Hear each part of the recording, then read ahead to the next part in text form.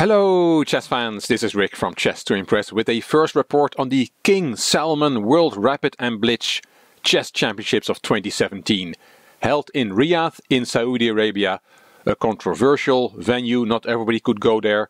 For example, the players from Israel did not get a visa and other players chose not to participate. For example, defending women's Rapid and Blitz world champion Anna Muzychuk from Ukraine decided not to play because of the human rights situation in Saudi Arabia, and also US star Hikaru Nakamura decided not to play there. But there's still a very strong field headed up by world champion Magnus Carlsen, and this is the schedule for the World Rapid and Blitz. December 26th saw the first 5 rounds of Rapid with 25 minutes plus a 10-second increment per player per game. December 27th will see rounds 6 to 10. On the 28th, rounds 11 to 15, and that closes the Rapid section with a closing ceremony in the evening. And on the 29th and 30th, the Blitz part will take place with 21 rounds of Blitz. These are the standings after day 1 of the Rapid section in the Open tournament. Vladimir Fedoseev from Russia and Badur Jobava from Georgia lead the field with 4.5 out of 5, followed by many players on 4 points. I just show you the top 10 players here. Big names on 4 points are Alexander Grishuk from Russia, Peter Svitler from Russia, and also you can see Vishwanathan Anand there, also on 4 out of 5.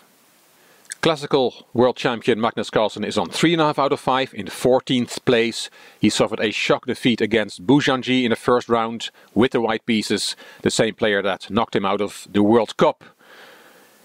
I want to show you the game from Carlsen from round 5, where he played with white against Rustam Kazimjanov, former FIDE world champion. It was played on the 26th of December 2017, time control 25 minutes for the whole game plus a 10-second increment per move. E4 from Carlsen, C5 the Sicilian from Kazimjanov, Knight f3, E6, D4, C takes, Knight C6, Knight C3 and Queen C7. G4 from Carlsen, and I use the comments on ChessBase from Grandmaster Alex Yarmolinsky, and Yarmolinsky wrote here, was Magnus sending a message to Caruana through Fabiano's own second? This is what you will see in our match should you win the candidates. Yes, Kazimjanov is Caruana's second, and it was an interesting matchup because yes, maybe they'll play at the end of 2018 in the World Championship match. Carlsen against Caruana. We'll find out in March in the candidates tournament in Berlin. A6 from Kazimjanov and H4, and Yarmolinsky calls this very much an in-your-face strategy. Carlsen goes for the attack. B5 from Kazimjanov. Carlsen took on C6, and here Kazimjanov took back with the pawn. And Yarmolinsky thinks this is the wrong approach, saying that usually people don't do very well against Magnus Carlsen by trying to stabilize the situation. And Yarmolinsky thinks that Kazimjanov should have gone for Queen takes C6. And he shows the following line: A3, Knight F6, Bishop G2, and then a possible move is H5. And he says this is a totally different approach. Regardless of its objective value, practically speaking, it represents the right strategy when facing Magnus. So I think Yarmolinsky thinks people should not let Carlsen dominate, but we should counter-attack him when we play him. But D takes C6 was played by Kazimjanov.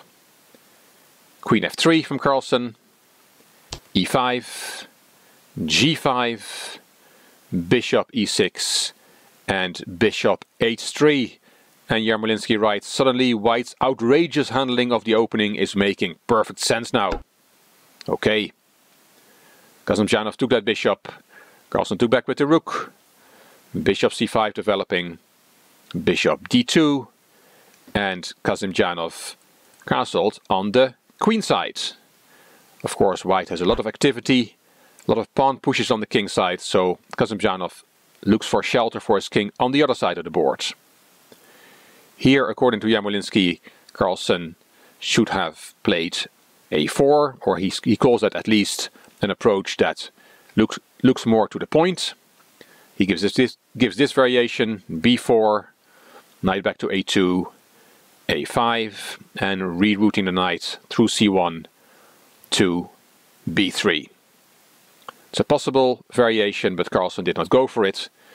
Instead, he castled, and that's quite surprising, queenside as well. Both kings are now on the queen side. f6 from Kazimjanov, and h5. F takes g5, bishop takes, attacking the rook. So the rook took on d1, knight takes back, and queen d7. Interesting, according to Yarmolinsky, here would have been queen c3. And after bishop d4 hitting the queen, queen a3 to interfere with black's development. I think what Yarmolinsky means that this knight can now not be developed to e7 because white is controlling that square. Instead of queen c3, Carlsen played queen b3. Knight went to f6, rook d3. Carlsen is repositioning his pieces towards black's king. And queen g4, given a question mark by Yarmolinsky, saying the black queen's excursion gets a very rough welcome. He thinks Kazimjanov should have played queen e7. After queen g4, Carlsen played bishop e3. Exclamation mark from Yarmolinsky. That bishop was swapped. Knight takes back, hitting the queen. And the best move here is queen g1 check. And then this is the variation. Rook to shield the check. Queen takes pawn. And then very nice move h6.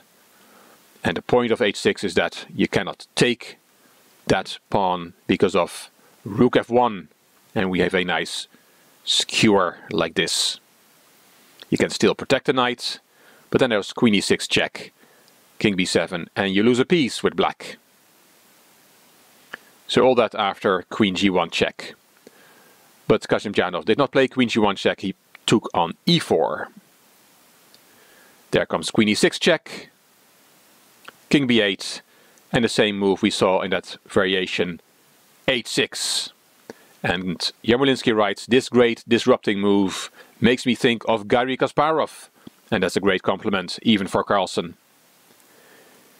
Here, if you take on h6, of course you lose the knight straight away, so that's not possible.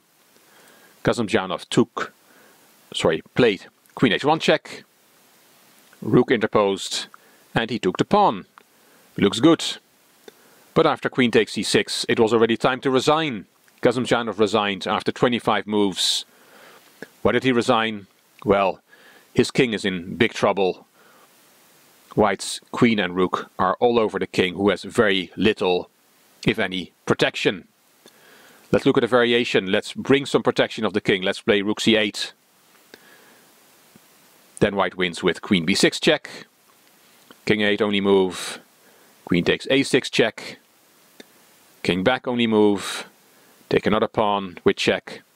And then if you go to c7, there is rook d3 winning.